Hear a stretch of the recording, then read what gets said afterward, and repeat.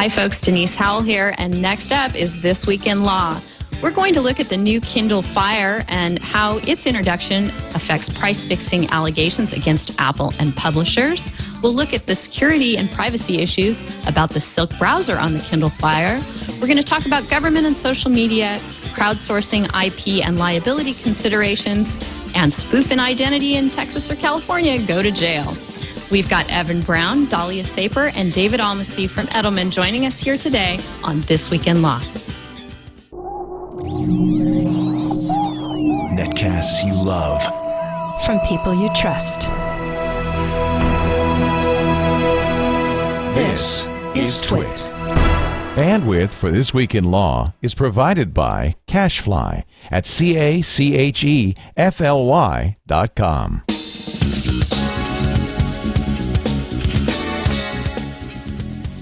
This is TWiL, This Week in Law with Denise Howell, episode 131, recorded September 30, 2011. All you need is 7 inches. This episode of This Week in Law is brought to you by Netflix. Watch thousands of TV episodes and movies on your PC, Mac, iPad, iPhone, or TV instantly, all streamed directly to you, saving you time, money, and hassle. For your free 30-day trial, go to netflix.com/TWiL. And by Carbonite Business, online backup for your law office. Carbonite Business backs up your computer files automatically and continually and keeps them safely off-site. Try it free at carbonite.com and get 2 bonus months with offer code TWiL. And by Vast Conference, the ultimate in professionalism, clarity, and flexibility for your conference calls, all at a low price. For 2 Vast Conference calls free with no commitment, go to vastconference.com and use promo code TWiL.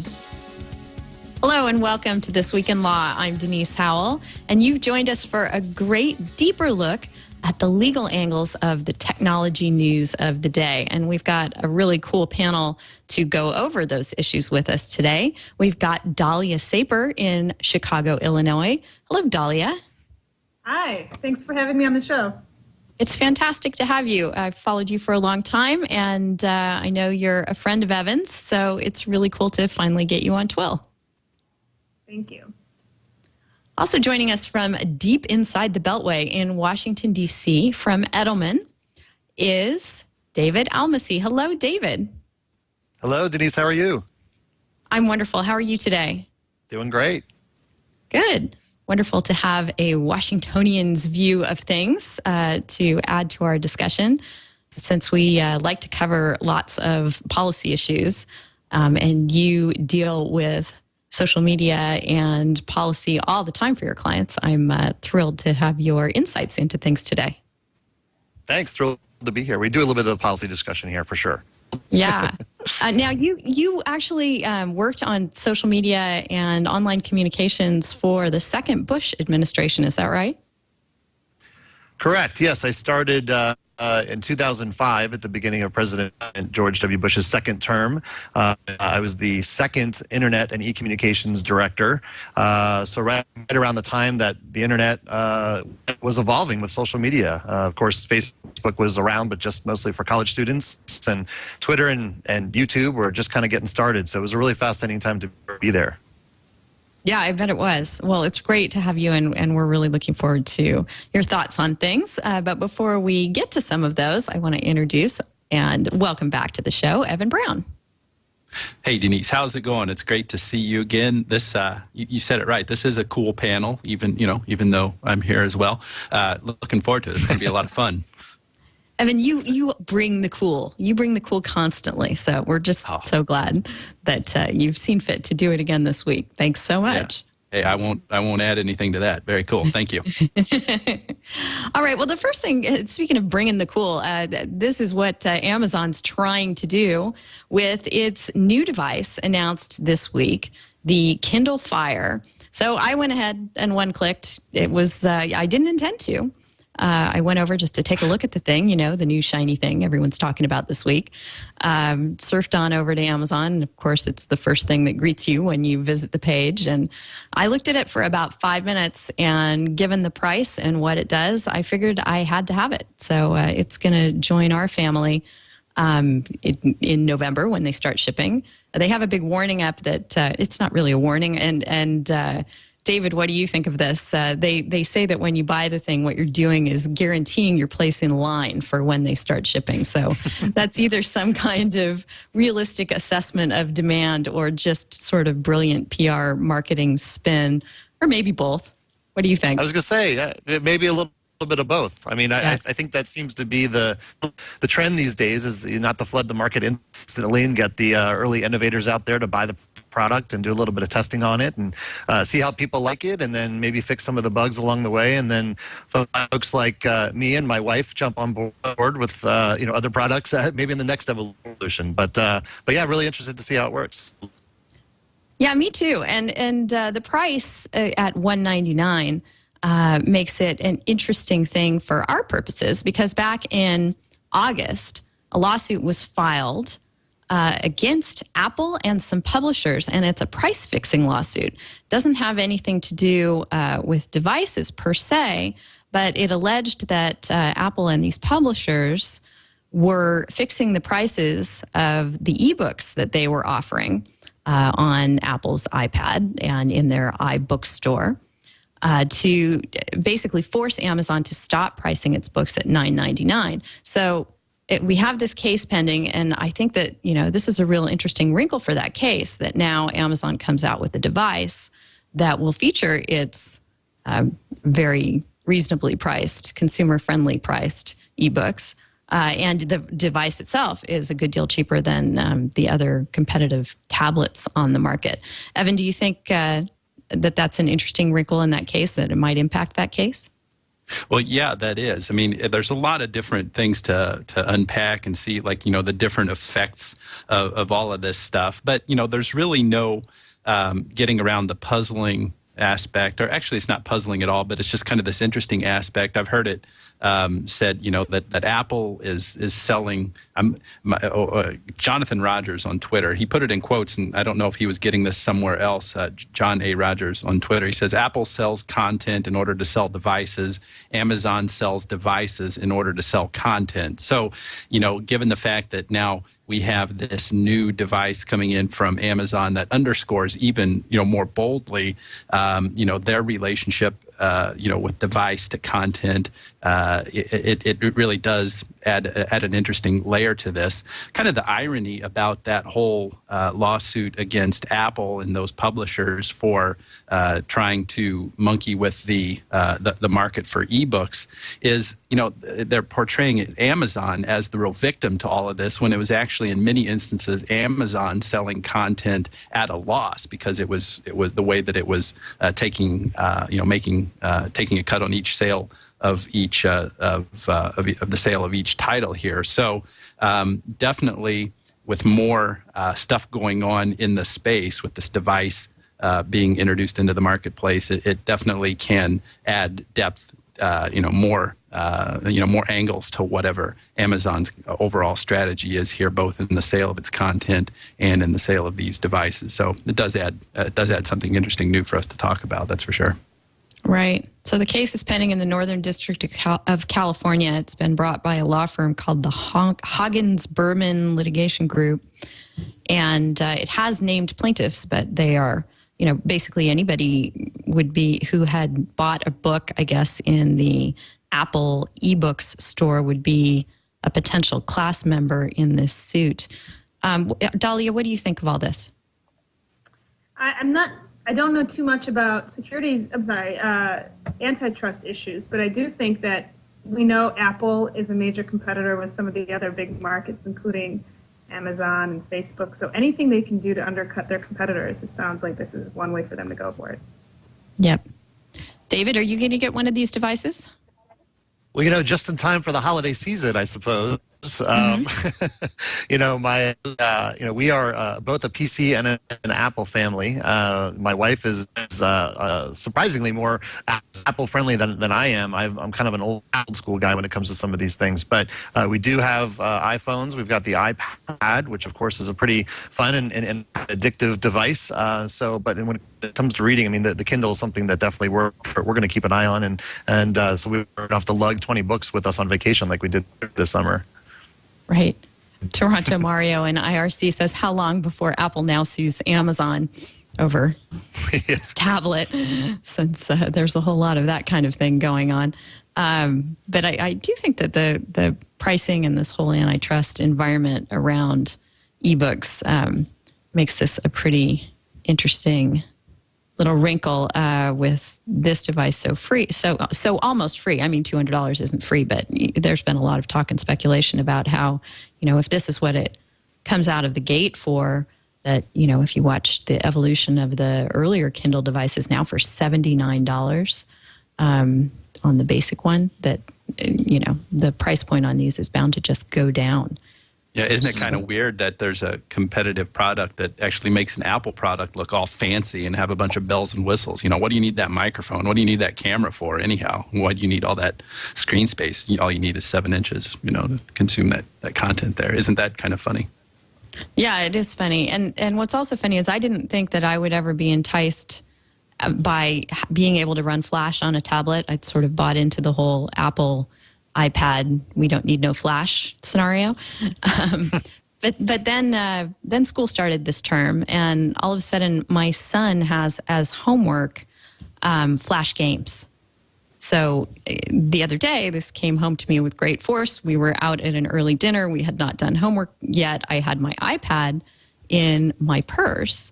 And as we were waiting for dinner, I tried to, get some of the homework done. Thought that would be a great use of our downtime there at dinner. And none of it would work on the iPad. So Geez, that's more of a reflection. What's going on in the school districts out there? They're not adopting HTML5. That must be a California thing, right? Yeah, it's not a district issue. Well, and I think even on a lighter note, even doing some fantasy football research last weekend, trying to use my iPhone to do some of that, and obviously not having Flash is a problem. There are a number of websites obviously out there that haven't adapted to HTML5 yet, and so I think until the waves start to catch up, there's going to be some limitations on just about every device you use. So waiting for that panacea is probably not going to happen anytime soon. But certainly when you weigh the options in terms of how some devices work over others, obviously some are optimized better. Right. So one other thing to bear in mind on the legal front with this device, since we now have senators all up in arms about super cookies and coming down on Facebook for such things, the browser on this Kindle Fire is going to operate in a novel way and this is in the name of speed and functionality. It's going to leverage the Amazon cloud, and it's going to route all web traffic through Amazon, which, what I'm interested to see now that I've pre-ordered this thing is whether there are any sort of warnings or disclaimers about that every single thing that you do on the web through this device is going to be trackable and loggable by Amazon. The lawmakers' quandary over super cookies is that it's not very intuitive that this is happening to people, that when you leave Facebook, people's assumption is that they would not any longer be being tracked in their non-Facebook web activities by Facebook. And I think that, you could make the same argument about Silk, that people are not necessarily expecting their device manufacturer's cloud to have access to all of their activity unless they're notified of this. David, do you think this could be a legal and or PR problem for them? Well, look, I'm of the mindset that anytime I do anything online, I'm being tracked by somebody. That's kind of, unfortunately, I think the world that we live in. And I think when it comes to Washington, there is often a misunderstanding about what a cookie is, whether it's a session cookie or a persistent cookie. We dealt with this a little bit during the Bush administration when we came to redesign whitehouse.gov in the middle of the second term, whereas there were certain websites out there, as you may or may not know, that government websites were not previously permitted to place cookies on people's machines that were persistent. You could make a case for session cookies so that you could, track what pages users were looking at. We, of course, were not gleaning any information personally about people. We didn't know, whether you were a male or female, or necessarily what part of the country you were coming from. All we knew is that computer has, spent a limited amount of time on the site. We knew what pages you looked at, and how long you stayed there. But I think that there was a lot of concern that perhaps third-party cookies, and this is something that actually should have been changed, and I think that the Obama administration was very right to do, which was, if you're going to start embedding content via social media from one site onto another, that .gov sites should be part of that universe as well. As long as the users know that this is being done and it's not done in a malicious fashion, or that information isn't being taken or used in ways that are inappropriate. But quite frankly, the government probably knows just about everything they need to know about you anyway, if you're registered with the IRS and paying taxes like every good American should be. But I think, when you start to apply that to, media organizations like Amazon or Google or Facebook or others, in terms of what happens to that data when that data is being taken without permission and being used in a way that users are not either aware of or notified about, then I think that then you do run into some issues. So I think there's a little bit of misunderstanding on both parts in terms of what the aims of some of these sites are, and also government understanding of what the ramifications are long term.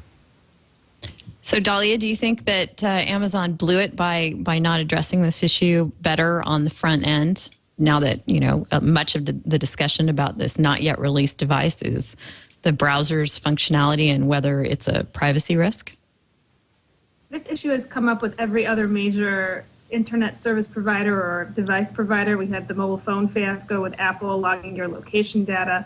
I think as long as the information being gleaned, as David said, is not identifying the individual to the extent of pinpointing and collecting in one aggregate location everything about that individual, then it's not a big deal. It's a non-story. We all expect that there is some tracking that does take place. I am actually on the other end. I kind of like that these types of things are trackable to the extent when we need to go litigate.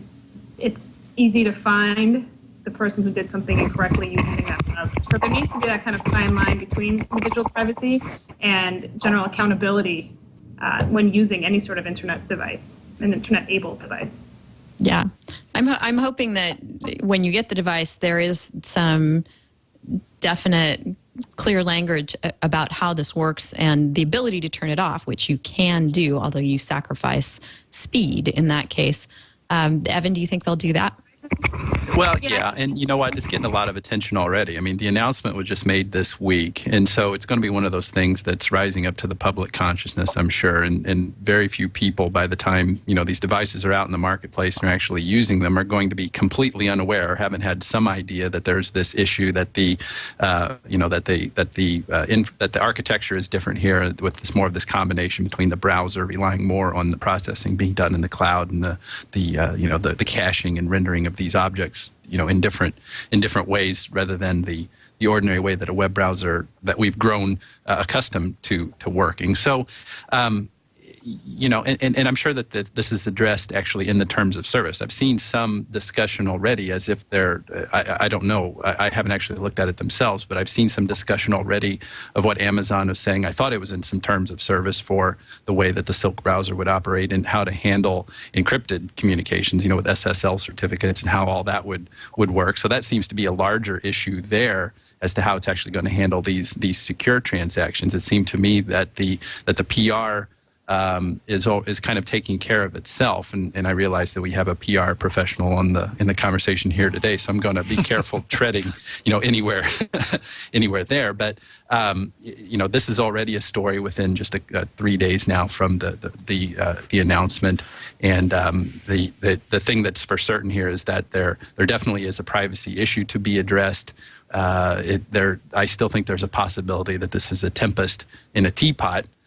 Somebody named App Eater in the TWiL IRC pointed out rather aptly that Amazon already hosts a large portion of the internet the way it is, or a large portion of the web the way it is. So, how much is there? What I take from that is how much more is there really to be learned from this? I'm skeptical of the anonymization that and the lack of aggregation that Amazon says it's going to do, because that just seems to me technologically, it doesn't seem to me that would be irreversible, that aggregation and that anonymization, because you've got to have tied to end-to-end communications, a certain way of identifying particular users. And so if there is a surveillance mode that's put onto this thing, the government orders that web traffic for a particular user be monitored, I don't think that would give us much security, peace of mind is what I'm saying in all of that. So who knows what the PR side of it is going to ultimately pan out. But, the fact that we're talking about it this early would seem to indicate that it's going to have some time to work its way up to the surface and not really take most people by surprise, I would imagine.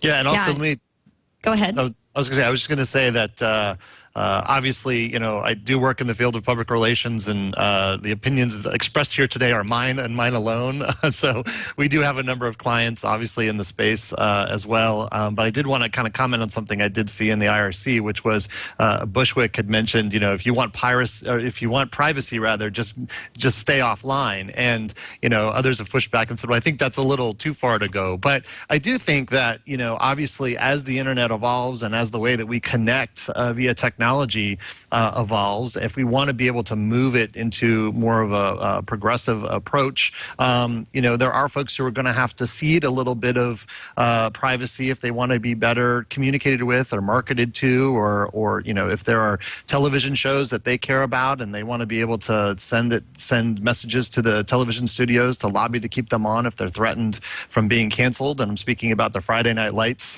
from a couple of years ago. There was a large online movement that I was pulled into simply because I had liked the show on Facebook.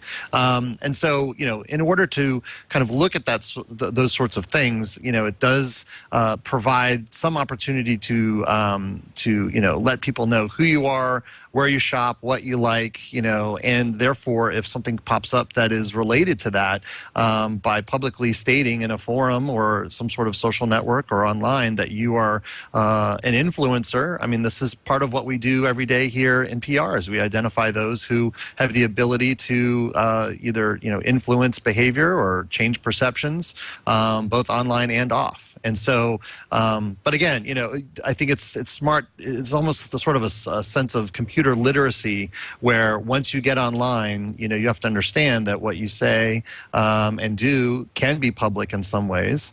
And this movement to basically authenticate everyone online is an interesting concept, because I do think if people went on anonymously and just started fire throwing at folks, it's a little bit easier to do that. But once it's attached to you as a person, you might be less inclined to say some of the things that I read on comments and blogs, particularly around politics.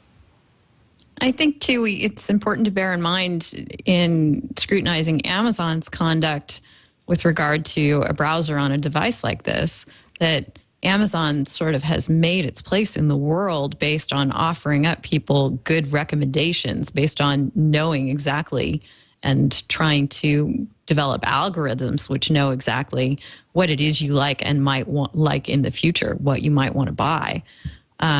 So, you could argue over how effective they are. Yeah, I certainly get a slew of recommendations from Amazon that make me laugh because they're skewed toward things that, I bought for someone else and not myself. But it's there. And I think it's, it would be naive to think that motivation and that part of their business model should be just left out of the equation. Go ahead, Daliah. I think the issue, sure. I think we should be less concerned about privacy information being collected for, business reasons than for general. Let me rephrase that. The issue of privacy is related to what the company's doing with your information. So if Amazon's collecting all sorts of information about you to suggestion, I'm inclined to be outraged over that. But if Amazon's collecting information and then handing it over to some third party I didn't authorize, then that's a problem. So I think with each of these situations, how things are being collected is less important than what the information is being used to do. Yep, excellent point. If there is good disclosure and buy-in by the people using the service, then they have dug their own grave, as it were. I'd like to get to something that I'm finding really interesting, and a cool development from the Obama administration. We haven't talked about it yet on the show. They talked about it on TWiL last week. Because the White House is now accepting petitions. And you've probably already received requests to sign various petitions that people are lodging on the whitehouse.gov site. Anyone over 18 can start a petition. And if you get over 5,000 people to sign it, the petition will be reviewed by White House staffers, and it will be sent to appropriate policy experts, and the White House will issue an official response. So I think it's a pretty fascinating way for the White House to encourage people, and they have nice graphics, as you can see if you're watching the video. They were very Web 2.0 in their design here. Nice bright colors and clean, sort of cartoony looking graphics, which is not what I have come to expect from .gov sites, really. So I'm curious to get David's thoughts. It's obviously a nice vehicle for the public to vent and for the administration to hear about and prioritize and analyze issues. But with everybody being able to submit whatever's on their mind, I'm fearful that the noise to signal ratio will be pretty high, and that maybe this will just be, a showpiece. What do you think? Well, I think it is no accident. Here comes the pessimist part of me. It is no accident that this happened as we enter into a re-election campaign. Having said that, I think it's a terrific idea. I mean, using the internet to glean information about issues that people care about, and to put that into to use technology to categorize that and to filter information, and then create an avenue to have that be elevated to senior officials at the White House and at the federal agencies and at Congress is a great idea. And in fact, the Republicans did a very similar thing a couple of years ago called America Speaking Out. It was led by the House Republicans at the time, before John Boehner was Speaker. And I think, as with any technology, the majority of the requests coming in will be legitimate, and if they receive, as you said, several thousand, likes or people who join the list in support of these issues, then those will be elevated. But there's always some room for pranksters out there. The follow-up news to it a couple days later was that someone had submitted a request that the White House should appoint an independent counsel over the Solyndra scandal, so around green jobs and the role of the administration in that. So it's interesting. We did a similar thing. I worked on the GeorgeWBush.com website back in the day, and we had this brilliant idea where people could create their own signs. And so the only thing that was unique about it was the top line. The second part of the sign was for Bush. So like farmers for Bush, teachers for Bush. But you can imagine, and so basically people would submit these, and then they could download PDFs to their own computers and print them out and take them to rallies. And you can only imagine the type of categories of people some of the jokes that had come up. And so, so I think that, ultimately it's always good to use technology to make sure that that you're keeping in touch with what people care about. But there's no shortage of those avenues today for that as well. And it will be interesting to see what kind of volume these petitions create, and ultimately what the actions are around them. I think, with Dell and IdeaStorm, several years ago, where they had a similar model where they asked users to log on and tell Dell how to basically improve, whether it was a product or ideas around the company. Starbucks did something similar as well. And so, those programs are very successful. And I think you get credit for, appearing approachable, for appearing open, providing access to government. And all of those things are good in our democracy. I have an interesting... Go ahead, Daliah. Well, I've dealt with petitions recently in a case involving a defamation and the Citizens Participation Act, which is Illinois slap suit statute. And my is that many people are hiding behind the Citizens Participation Act to defame others. And right now, because the laws are so ambiguous as applied, this is just another vehicle for someone to go and rant about a place or a business that they don't like, and then be shielded from liability in the event that they're sued for some sort of defamation of action. Yeah, that's an interesting wrinkle. So if you had a beef with your doctor, instead of just posting a negative review on Yelp, you could... Well, yeah, the case example is my client was a veterinarian, and she had a volunteer come to her no-kill shelter. The volunteer decided it was her crusade to say that this doctor was not taking care of the animals properly. So she went and created a petition on this site called care2.com, I think, or .net.com, and garnered about, I think, 1,000 signatures. In the meantime, the appropriate governmental agency had investigated her facility over 6 times, and each time she got a completely clean record. There was no record or any indication of animal abuse, and yet she was able to create this entire false petition about something that didn't exist. And when we sued, another one of the defendants asserted the CPA, and in my opinion, shockingly, we lost because the court decided that the actions were intended to create government change or get some government attention, and therefore it wasn't defamatory. It was protected speech, I should say. Right. It's sort of like David's example with the signs. When you put a web tool out there, you're going to find it getting used in ways that you probably didn't expect.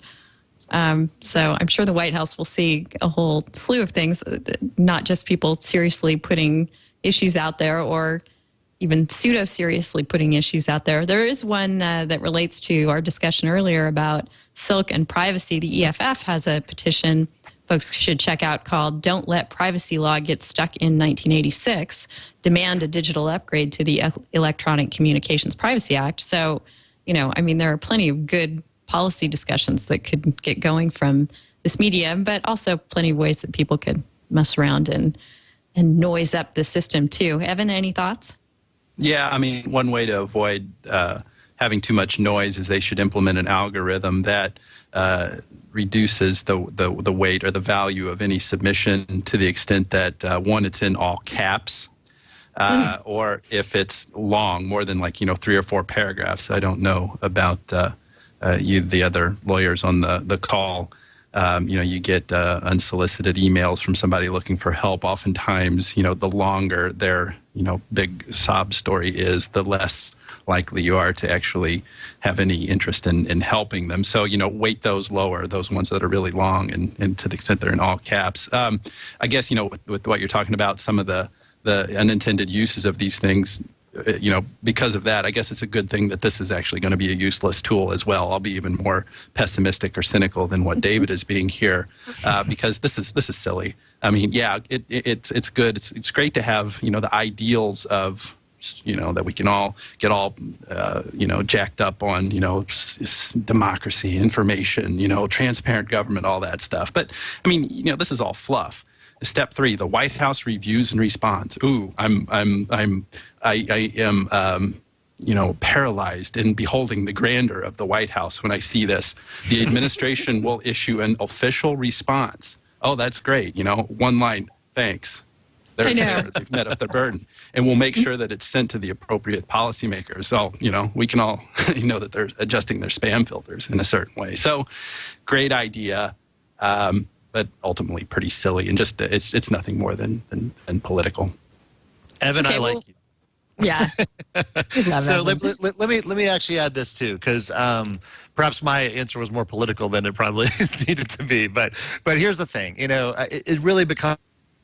At the end of the day, we received millions of emails, no surprise to anyone, that came into the White House web servers per week. And in fact, the amount of emails that came through that got a response were those that asked for a response. And most of them were, replied to in written form, because many people who would send emails, their email addresses would be redacted so that their privacy was then protected.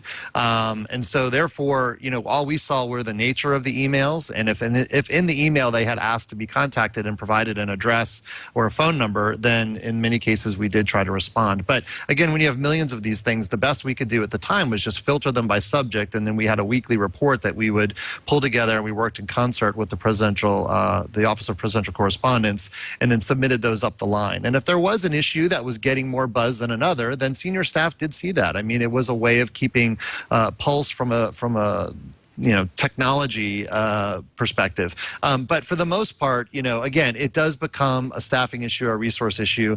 And again, I do think that going into a reelection campaign, someone had said in the IRC earlier that in 2008 they should have done this when they walked through the door. And I remember the president actually said during his campaign that he was going to open up the doors so that anyone could comment on legislation for any non-essential legislation online before signing bills into law. And I have a friend who always used to tell the joke that, can you imagine that President Obama would be sitting in the Oval Office about ready to sign a bill and then say, I was going to sign this into law, but then sexy guy 54 was against it. So because the online community has spoken, and so therefore I'm going to veto. But at the same time, some of these groups, are pretty tech savvy as well. Like, the group Normal, which is the group that organizes to legalize marijuana. They get a lot of attention online because they're organized online.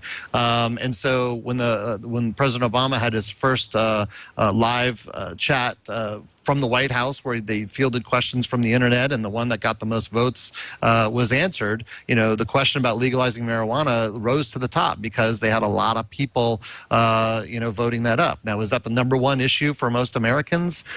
I would venture to guess probably not, but because there was a large swath of people online who believed that should be addressed. And we all were kind of waiting to see how the president would handle it. And he just said it. It was brilliant the way he did. He just kind of said, oh, and as a side, I'm against that. Next question. So so I think you're gonna see some of this activity. Some of it's going to make a difference. Some of it isn't.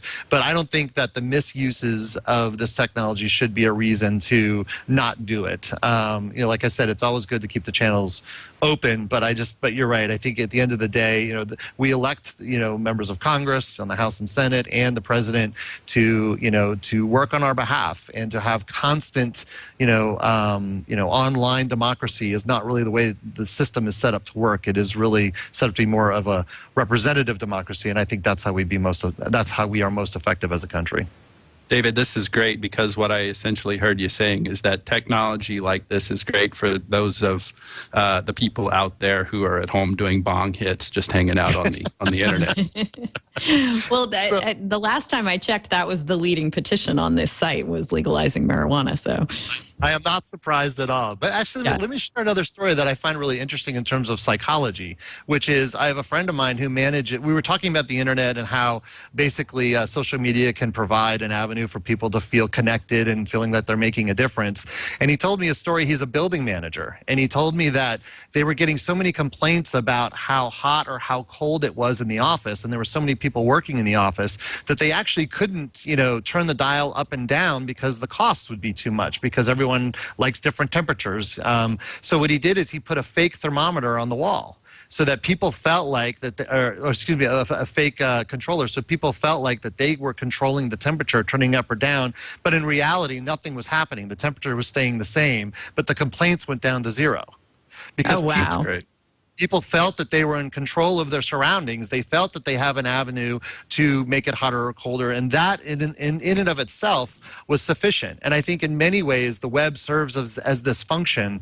People go online to spout off via Twitter or Facebook, or to complain to friends, or to tell about a positive story via a blog or what have you, and they feel good about communicating with others, and that in and of itself is sufficient whether action actually happens or not. Now, of course, there are serious issues that we need to address, but I think that in terms of the general public, you get a lot of PR advantage for appearing to be more open and accessible. What organization was this that put the fake controller on the wall? It was just a friend of mine who was a building manager. I don't want to name the company, but it was here in Washington. Is that a brilliant approach? It's brilliant. They sound like the kind of place that would swap out the labels on the cheap bottles of wine they kept in the fridge for Friday afternoon celebrations, and put Opus 1 on there so that people would think they were enjoying something very high class. Which, if anybody watched CBS Sunday Morning last week, there was a big story on how people can be duped. Wine drinkers in particular can be duped into thinking they're enjoying their experience just because they think it's expensive. That's great. Yes. All right. Well, speaking of people being duped, there is the majority whip there in Washington, Kevin McCarthy, in chatting this week about social media, which everyone in Washington seems to be using these days, says that social media takes the spin out of things. And I was curious to get David's take on that. It seems, Twitter is definitely the flavor of the month among all the Congress people. Newt Gingrich is on Google+. What do you think, David? Are they getting these media and using them effectively?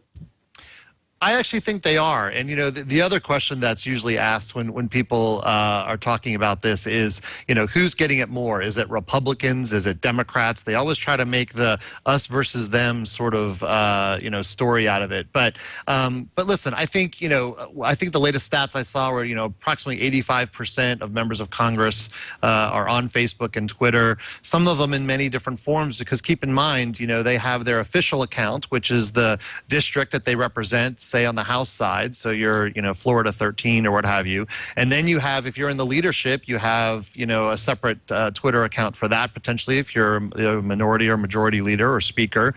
Then you have your campaign account in some cases, so obviously every 2 years on the House side you have to maintain an audience there, and the things you can tweet about on your campaign account are much different than what you can tweet about on your government account, because you can't obviously put out calls for fundraising or anything of that sort on your official accounts. And then in some cases, some of these folks are committee chairmen, and so they have a Twitter account for their committee as well, and the issues that those committees cover. And so yes, it's just, again, it becomes a volume issue. And I don't know the percentages of, how many members are actually tweeting themselves. I know the president does use BO, his initials at the end of tweets that he actually uses, whether on @Barack Obama or @White House. So, but I think those are few and far between. And so I think it's probably a mix. I think some are using them more than others, but those particularly in leadership are using social media in new ways, and I think heading into a campaign certainly helps them. In fact, I think next week, or is it this week? I lost track. We have Eric Cantor, who's the majority leader on the House side, a Republican from Virginia, and Paul Ryan from the Budget Committee, as well as Kevin McCarthy, all heading out to San Francisco to do a live Facebook town hall. And so it'll be interesting to see, how those issues play. And this, of course, follows up to the president's LinkedIn town hall from this past week, where he hosted a discussion around jobs and the economy. So yeah, I think there is a rush in terms of how do we leverage social media. The Republicans certainly realized some gains in the House in the last in the last congressional election. But we'll see how it all pans out here.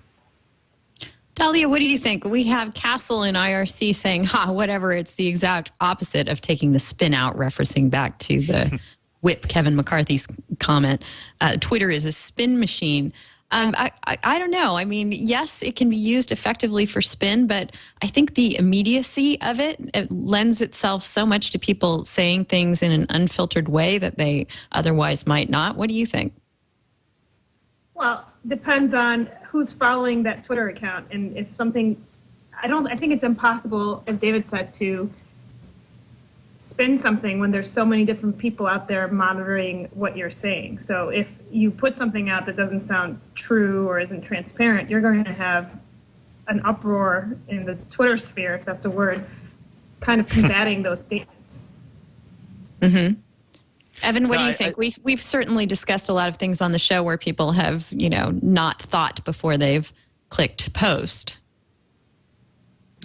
Well, right, and that's the thing about it. All this is a new mode of communication for us because it reaches so many people instantaneously, and therefore there's this cauldron in which all these ideas can go and be processed in real time. And so that's obviously the real benefit to it. It has a certain ability to enhance accountability for that reason, but it also has the ability to be perfectly suited for spin because it can be in such short increments. You can say that you're constraining yourself for the sake of brevity.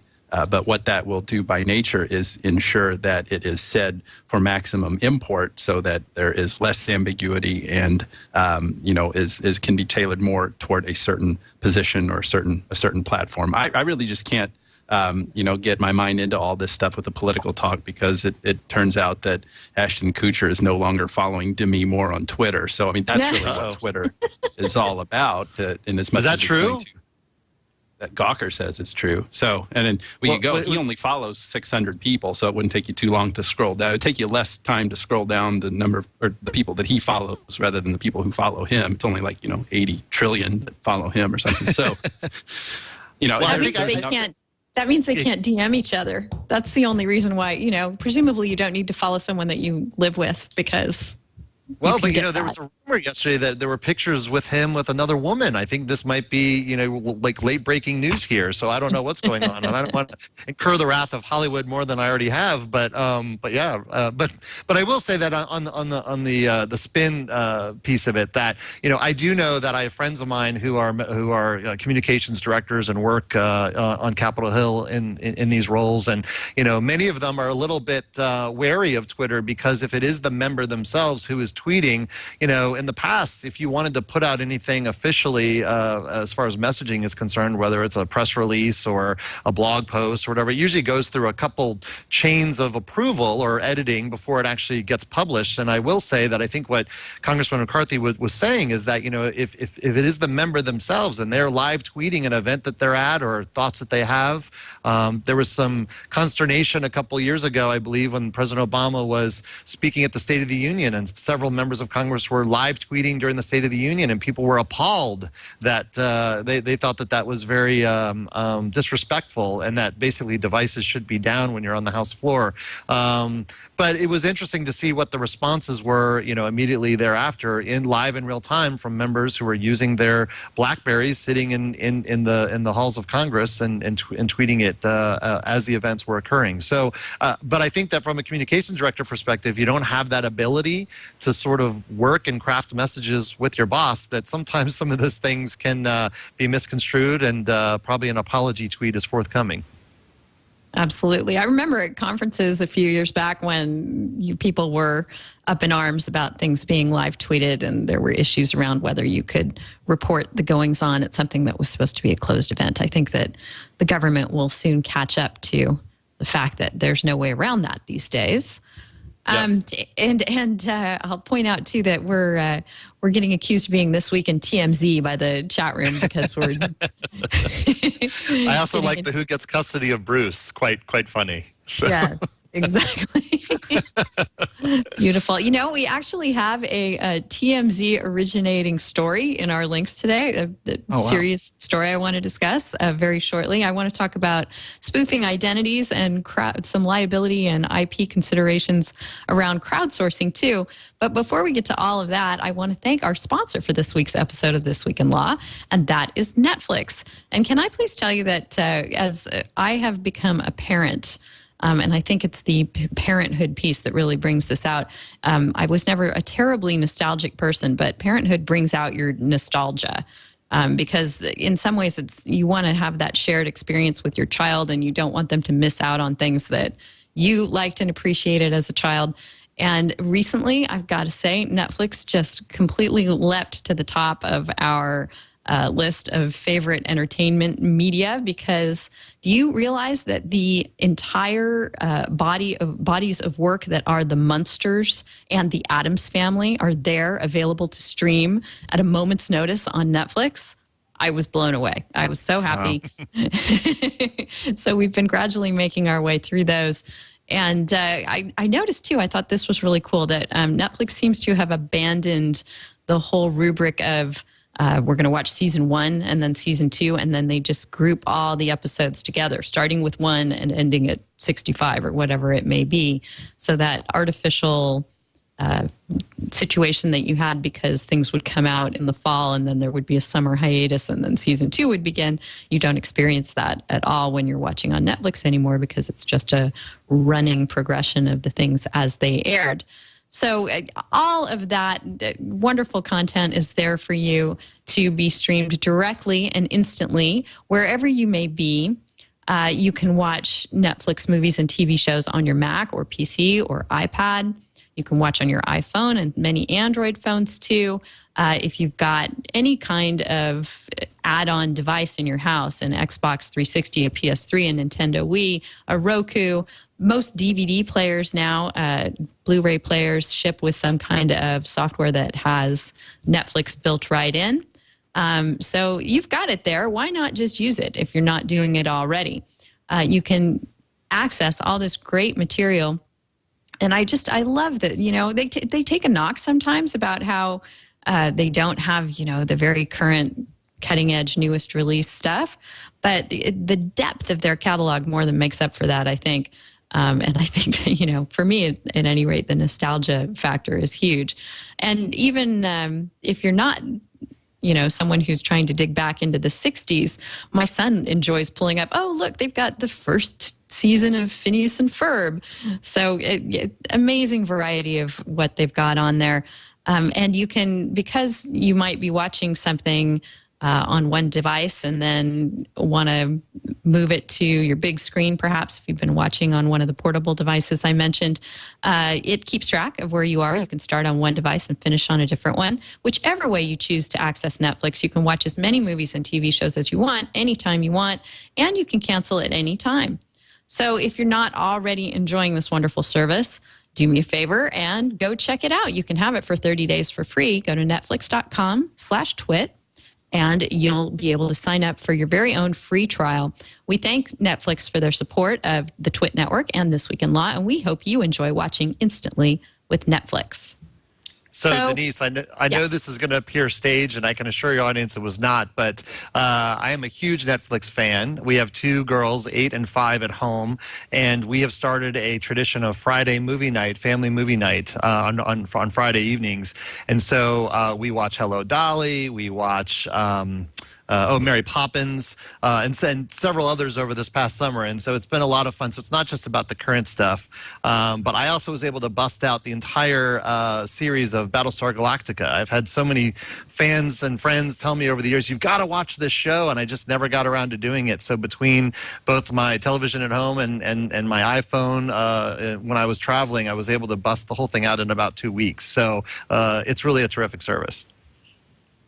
Yep, I love it. And we're thrilled that they're here with us at the TWiT Network.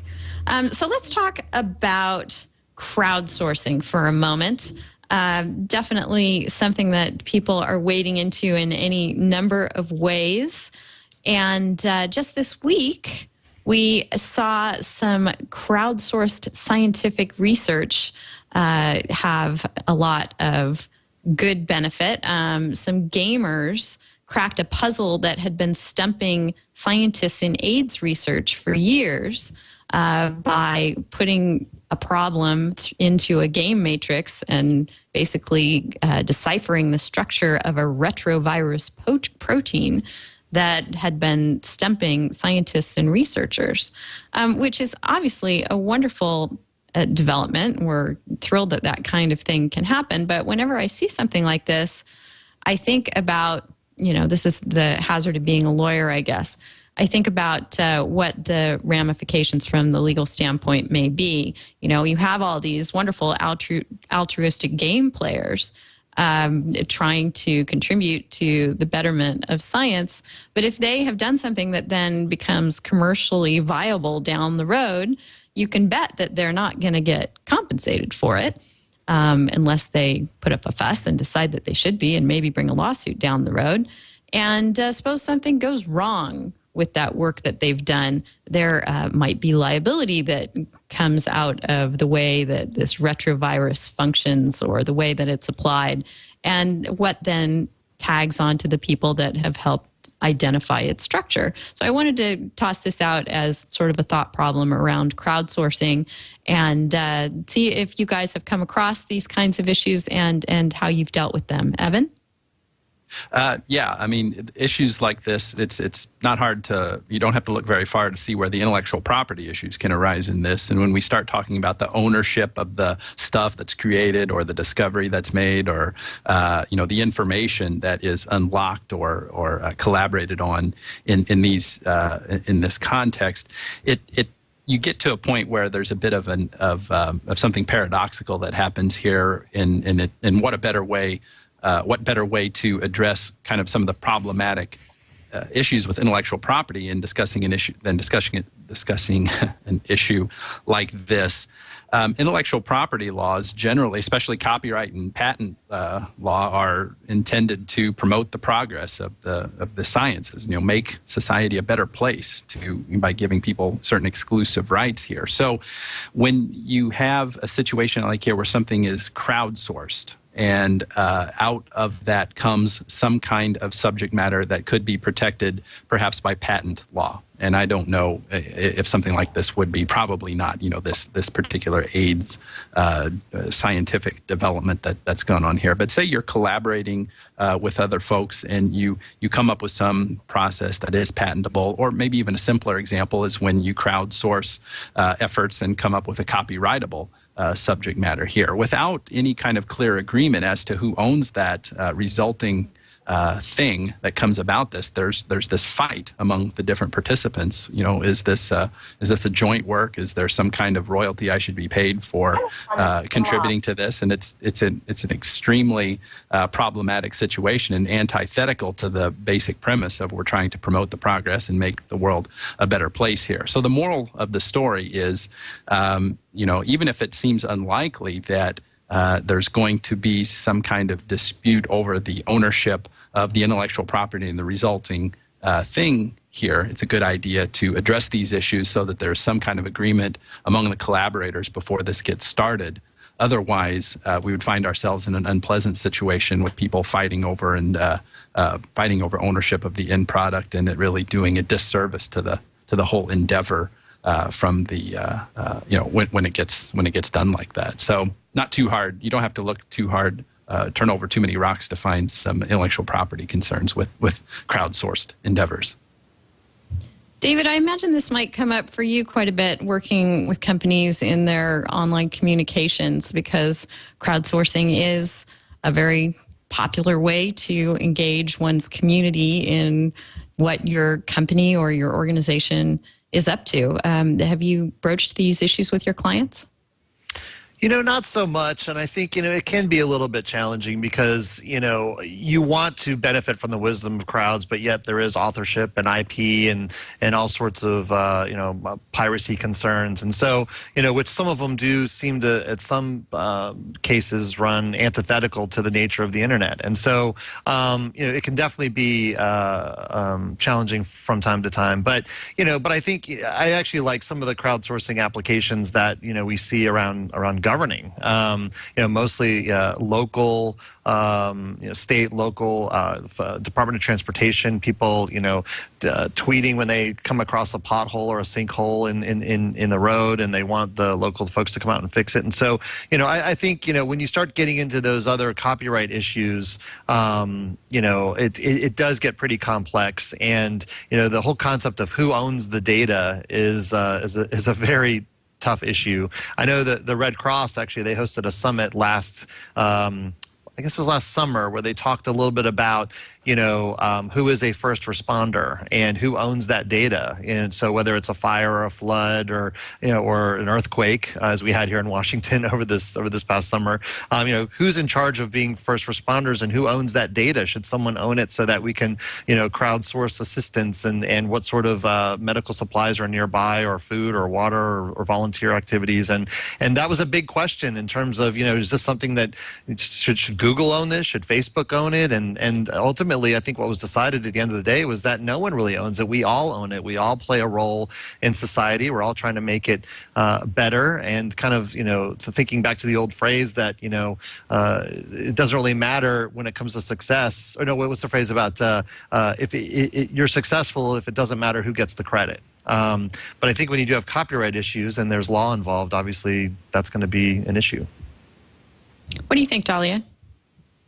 I don't think there'll be an issue if it's clear in the beginning that if the project is set up incorrectly or without regard to the IP issues. But most crowdsourcing platforms have very clear terms of use and copyright and intellectual property assignment provisions. And so as long as the people participating in the game are aware of who gets the end product, and maybe there's a reward at the end, the model that was best helpful, that one gets a prize or recognition, then it isn't a problem. Right. The terms and conditions just say all your base or belong to us, and they're off to the races. All right. Well, I promised you a TMZ story, and I think we should just go ahead and get to that.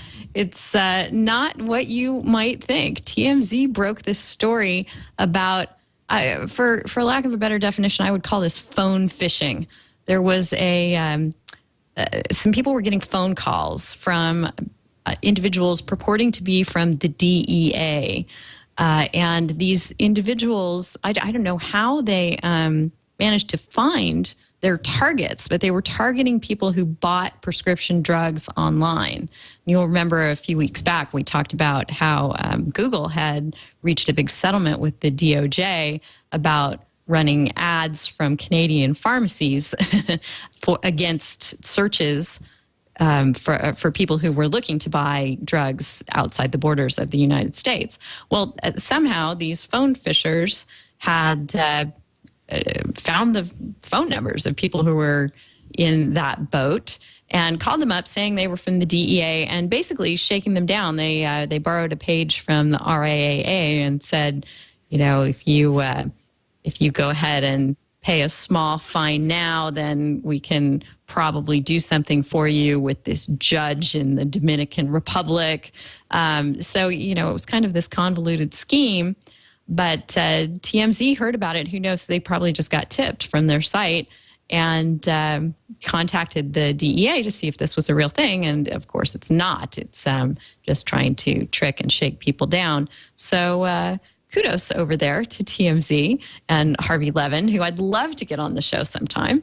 I think he'd be a fascinating guest, but I think he gets lots of such requests. The producer that got the message, so that's probably the TMZ connection. What was the TMZ connection?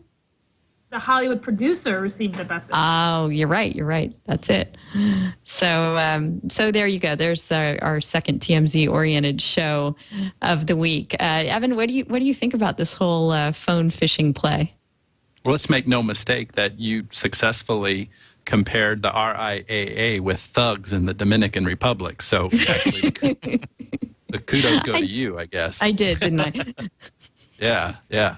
I mean, this is scary. This is, I guess the scary thing is that there are people actually this brazen, even if they are sitting, somewhere in the Dominican Republic doing this or purportedly acting under those auspices. It's scary that there are people actually that brazen. Another scary thing is, the information that would be out there about you to know that you would be a good target for this type of scam. That's another side of this that's concerning and is a call for attention being paid to privacy when it comes to this kind of stuff. So, with more information, more people talking, more opportunities for scams. So we probably shouldn't be too surprised that things are like this happening. Presumably, with more information available out there, the scammy nature of these things should become more apparent sooner, and thus, keep the number of victims in check. Let's hope. Yes, and the other thing that people frequently get victimized about online when they're not busy buying their drugs from other countries or attempting to is sometimes their identities can be snatched up, or sometimes they can be tricked into dealing with someone who is not a dog on the internet or is a dog when they really are something entirely else. And I want to get into that and into a story, a case that Daliah has going before the Illinois Supreme Court in just a moment after I thank our sponsor, Vast Conference. If you're like most of us, you want to be professional in every aspect of your business. And when you think about it, professionalism begins with those all-important conference calls with clients and colleagues. What makes a conference call professional? Well, you need a dial-in number you can give out for calls at a moment's notice. You need clear connections when you and your call participants dial in. You don't want any popping or delays like you can get from VoIP. That can be very embarrassing. And for large calls, the ability to manage call participants online is a big plus. So there's a company that has put all this together, and it is called Vast Conference. It's a professional, affordable, and advanced service that enables you to quickly connect 2 or more callers on the phone. Many conference calls have 3 to 5 participants, and Vast supports up to 300 callers at once. So this gives you both a regular dial-in number and a toll-free number, and you use those to set up your calls at any time. Fast calls are clear because they use fiber optic lines and high-end teleconferencing equipment, something you don't get from voice over IP. And VAST includes a well-designed conference call management interface, which you can access on their website to manage users and callers. And for large calls, you can have question and answer sessions, which you can just imagine how that would come in handy. You can record any call instantly as an MP3 with no special equipment, and you can access detailed usage tracking and billing codes for internal accounting. It comes with a friendly, enthusiastic customer service team. They call it above and beyond customer service. And the pricing for this professional conference service is low, and it's pay as you go. You pay 2.5 cents a minute for regular toll calls and 6 cents a minute for 800 number calls. And you decide whether to give out a regular call-in number or a toll-free number for each participant and each call. Sign up is fast and easy, and there are no commitments or contracts. You pay only for the calls you host. VAST is giving our audience an exclusive. You get 2 business calls free up to 300 minutes to give you a chance to try out the service. So to take advantage of this, go to vastconference.com and sign up for a free account. And when you do so, be sure to use promo code TWiL, T-W-I-L, to get your 2 business calls for free. That's vastconference.com, promo code TWiL. So Daliah and Evan, Daliah, you're handling this case. Evan, you have written about it.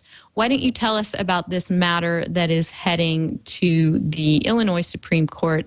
Let's start with Daliah.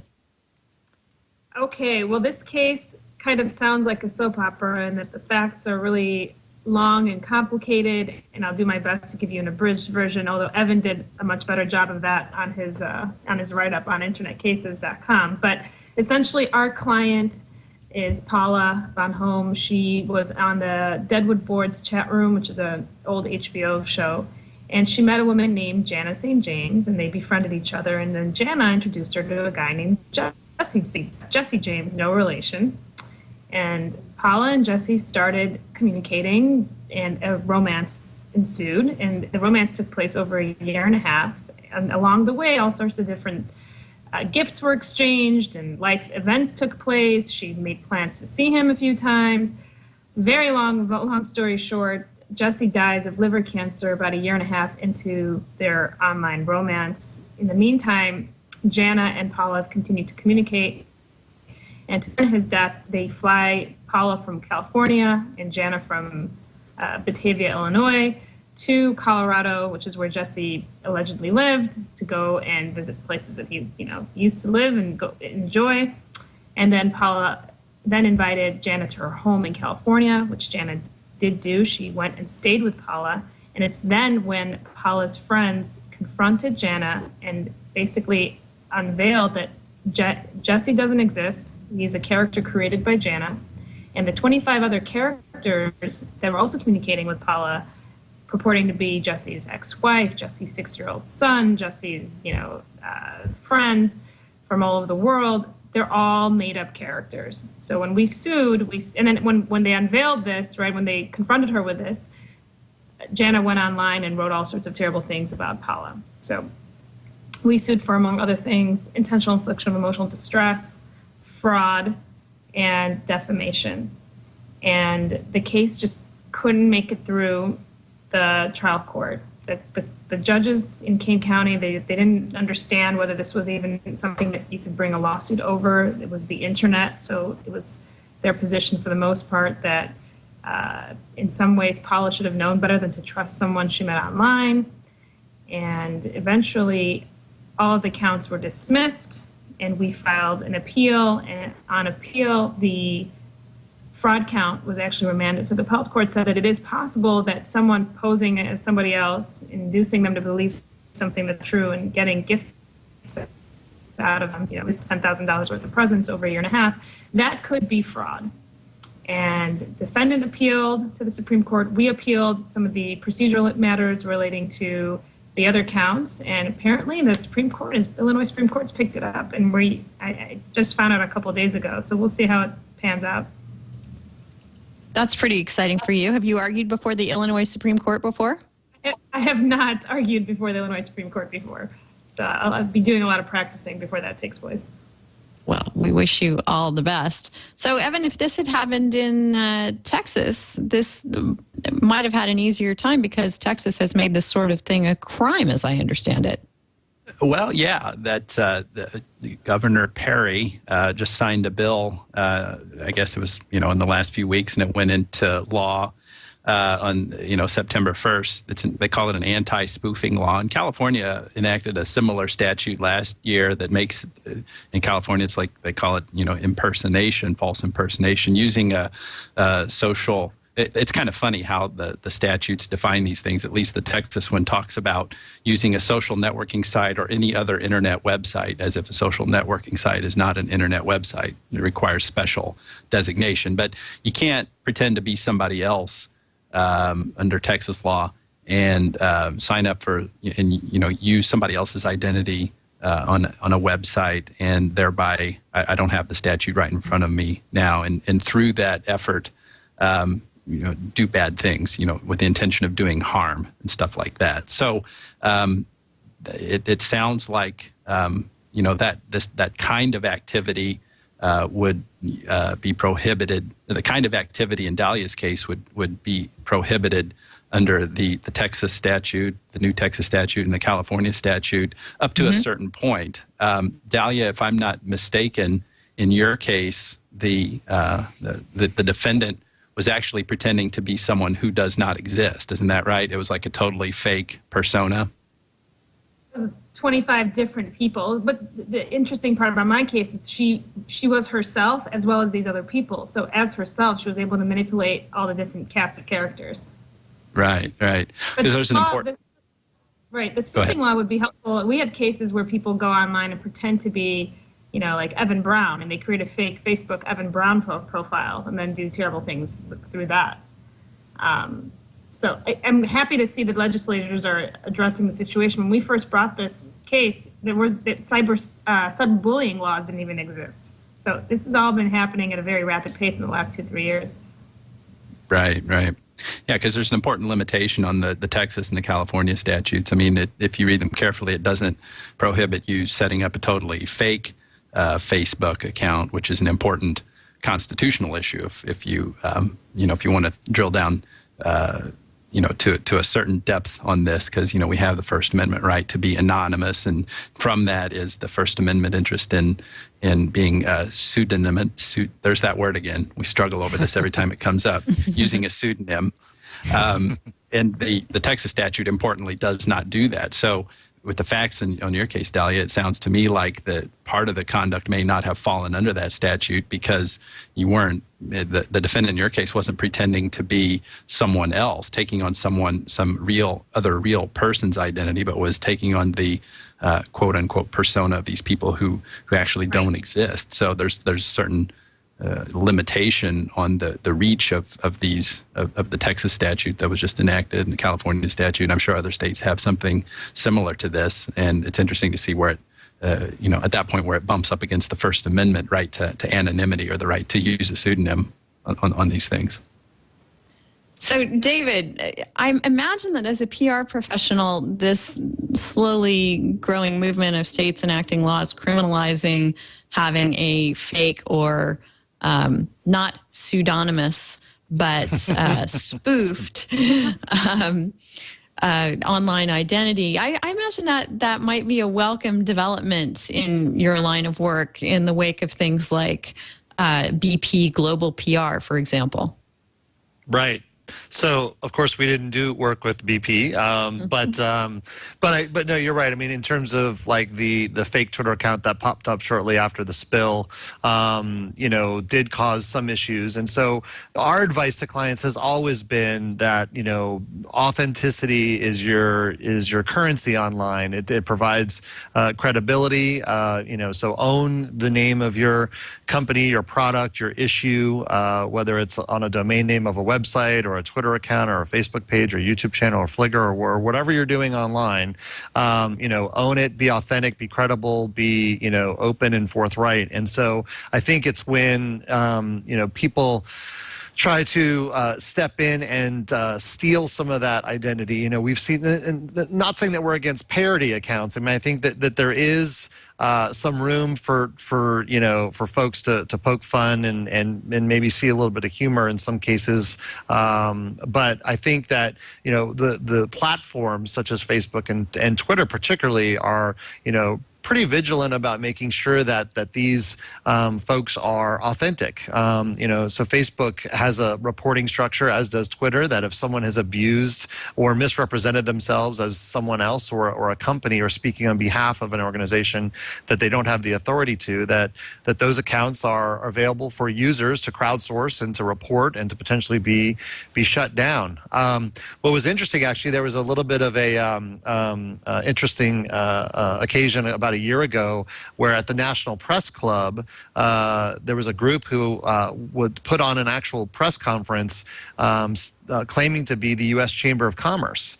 And they invited reporters, and reporters showed up. And in the middle of the press conference, the actual U.S. Chamber of Commerce communications people showed up. And there was a shouting match between these imposters who were generating the event and the actual staff of the Chamber of Commerce. And so that actually played online and got a lot of buzz on blogs here in Washington. But it's interesting to see, I mean, the group who did this, you know, had an agenda, a political agenda, and they were able to get their message out as a result of this stunt.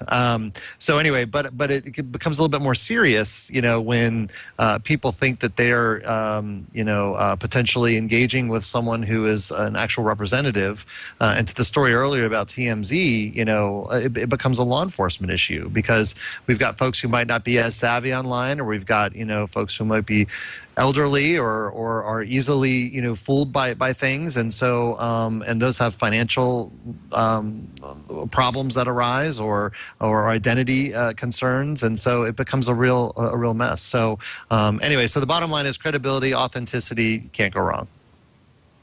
Good deal. Hey, and other news from Texas, even though you can't spoof an identity there and create a fake online account, apparently you can hunt hogs by helicopter. So got that going for us down there in Texas. We have a great tip and resource for you that we're going to close out the show with. But before we do that, I want to thank Carbonite Business for sponsoring this episode of This Week in Law. With Carbonite Business, your computer files are backed up automatically and continually. Your files are kept safe off-site.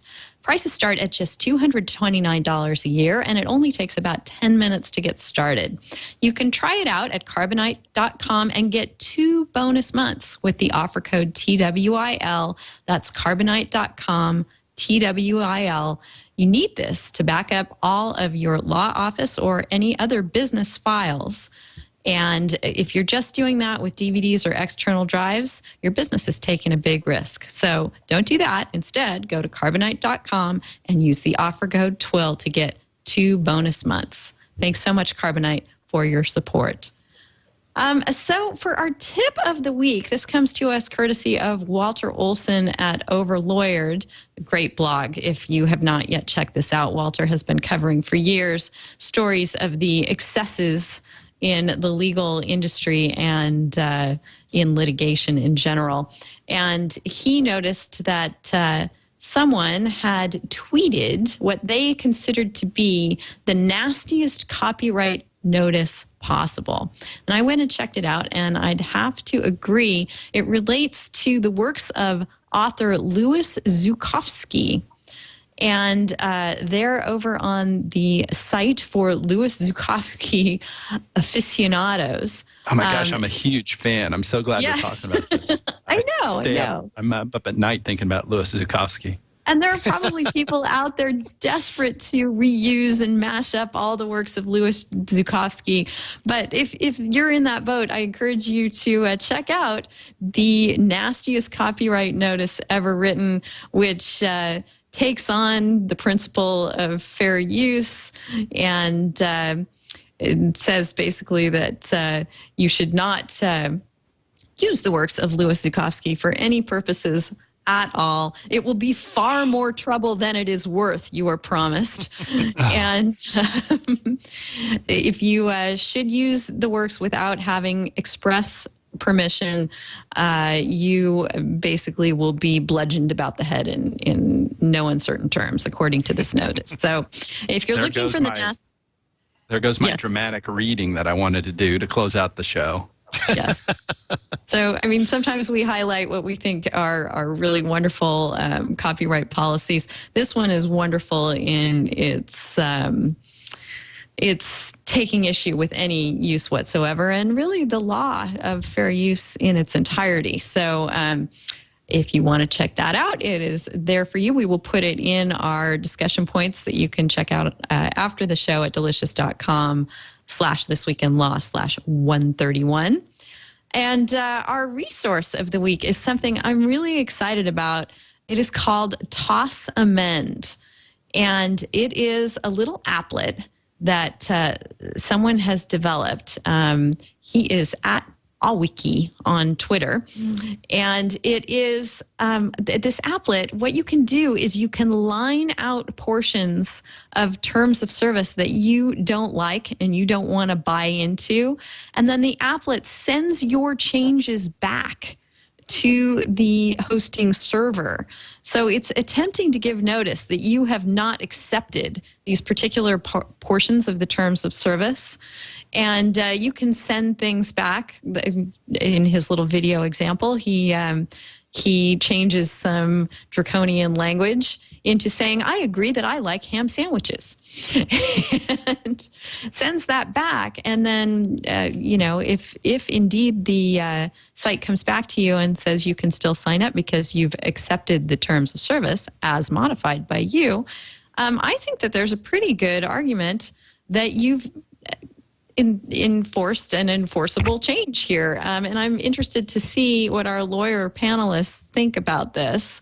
Obviously, it would turn on the sufficiency of the notice that you have rejected the terms and submitted something that you think is more palatable. What do you think, Daliah? Would an applet like this stand up in court? Oh my God, it sounds like an administrative headache for a website owner where multiple people are, probably millions for bigger sites, are visiting on a daily basis. So it sounds like a great idea. I don't know how practical it is to actually implement, maybe for a smaller site. And I think if the contract as amended is not accepted, the terms are not accepted by the website user, then the user is no better off than he was before. What do you think, Evan?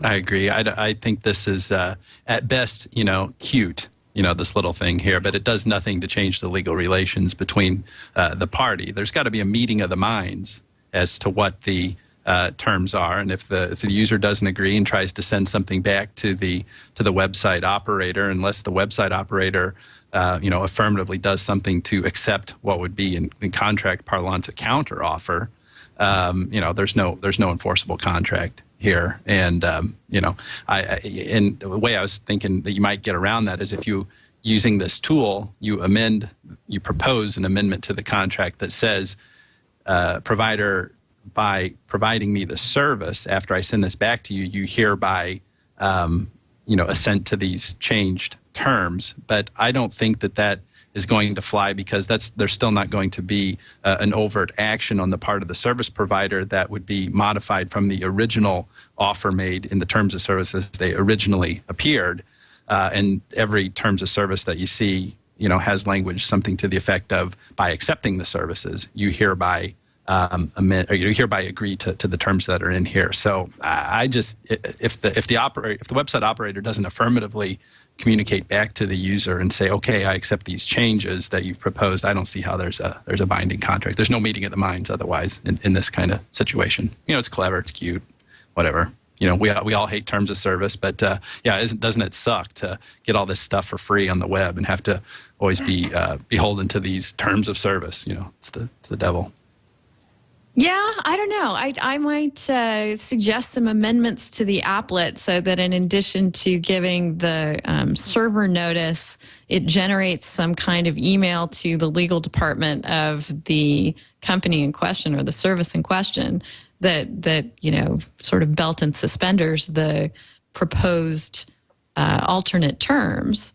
And then, in the face of all that, if they still let the user on and use the service, I don't know. I think that there's a fairly good argument here that we have made a counteroffer and it was accepted. Now, I say that with a grain of salt, or urge people to take it with a grain of salt, because I definitely see where Daliah and Evan are concerned that the notice might not be adequate and might not stand up in court. But I love the effort, and I love the notion that there could be a vehicle out there that would allow people to excise from terms of service the things that they really found onerous and objectionable. Now, as we were talking about before, with We the People, I'm sure there would be a lot of games and shenanigans with this as well. So maybe that would make it not as useful and would doom its ability to stand up in court. But I think it's interesting, and wanted to toss it out there for anyone who maybe wants to give it a try. So check out Toss Amend if that's you. And with that, we'll go ahead and wrap up the show. I really appreciate you tuning in and either watching with us live. You can do that every Friday. We record at 11 o'clock Pacific time, 1 Central, 2 Eastern, 1800 UTC at live.twit.tv. Actually, now you can just go to twit.tv and click that you want to watch the live stream, and we'll be right there with you. And you can join us in IRC at that time too, at irc.twit.tv. And we love to follow along with the folks in IRC and see what they have to offer the show as well. And between the shows, you can get in touch with me. I am Denise at twit.tv. I am D. Howell on Twitter. I'm Denise Howell on Google+. You can find me any of those ways. We love hearing from you and getting your feedback on the shows, your suggestions for other stories. You can go to our Facebook page to do that too at facebook.com/thisweekinlaw. And with that, I want to thank our really wonderful panel. Great insights today, you guys. Daliah, it was a pleasure meeting you. Thank you. Thanks for having me on the show. If we can find you at saperlaw.com, I know. Where else can people find you online? I'm also on Twitter at Saperlaw, and Law has a Facebook page as well. Great. Good luck with your Supreme Court case. We'll look forward to seeing what happens there. Froze. Okay, thank you. David, it was wonderful chatting with you as well. Thanks for bringing us your Washington insider viewpoint. Thanks, Denise. It was really a lot of fun. I appreciate you including me today. It's been a blast, and we hope everything continues to go great for you at Edelman. We should plug your Capital Gig blog, which I checked out and which looks like a terrific resource. Thank you. I try to blog about both technology, politics, and other things that I find to be of interest. So any sort of additional usership or viewers would be great for my Google Analytics. Thanks. Wonderful. And where can folks find you on Twitter? I'm at Almacy on Twitter, ALMACY, just the last name. Wonderful. Thanks again, David. Wonderful having you. Thanks. Evan. Wonderful, wonderful. I feel like I'm saying that word all the time as we wrap up the show here, but it's been that kind of show. Don't you agree? It has been fun. Wonderful, if you want to say it that way. I'll agree to that characterization. I just want to make a very important clarification. Ashton Kutcher is still following Demi Moore on Twitter. If you scroll down through his list of people that he's following, she's right between Diddy and Tony Horton, the P90X guy. So got to scroll down a little bit, but she's there. So then we can now confidently enter into the weekend knowing that. So excellent. That's right, because I was dreading it otherwise. Isn't it funny that just a little thing like that could send so many into a tailspin? I'm so glad that you have clarified for us, Evan. Well, it had Gawker for a while, so but it's all good. I've had Gawker as well, and they're not all that they're cracked up to be, I can assure you. Well, I didn't mean it that way. Anyway, folks, have a fabulous weekend, and we'll see you next week on This Week in Law. Take care.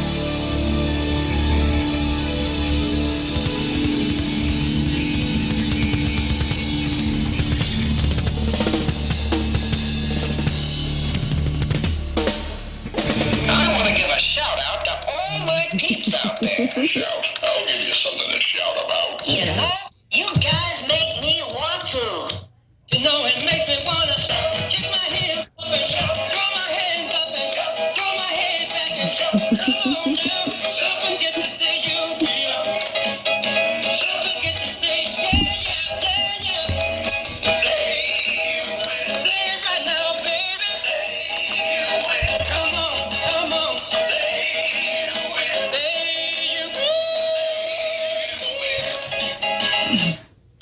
Halloween gets really silly around my house.